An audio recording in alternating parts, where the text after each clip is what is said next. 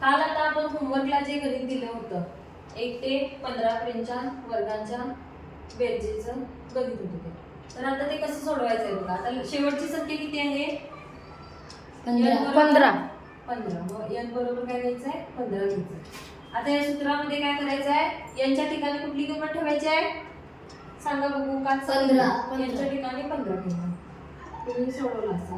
आता ह्या पद्धतीने सोडवले का बघा सर्वांनी. कंसामध्ये n अधिक 1 म्हणजे 15 अधिक 1. दुसऱ्या कंसामध्ये काय? 2 गुणिले 15 अधिक 1 कंस पूर्ण अपॉन 6. ठीक आहे. आता कंसातल्या क्रिया काय करायच्या आहे?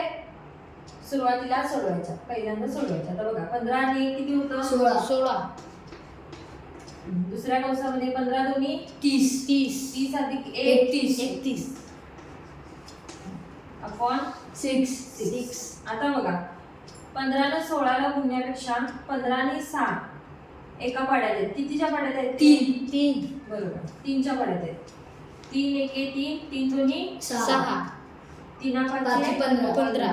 आता बघा 2 ने ह्या 5 16 31 पैकी कुणाला भाग 16.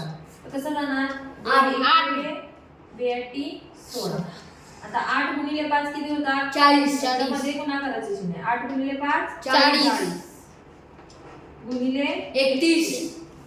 चला आता मला सांगा बघू 40 आणि 31 चा गुणाकार किती येतो? करा सर्वांनी. काल तुम्ही केला असाल. सांगा मला. 1240. बघते मी करू. 3 0 0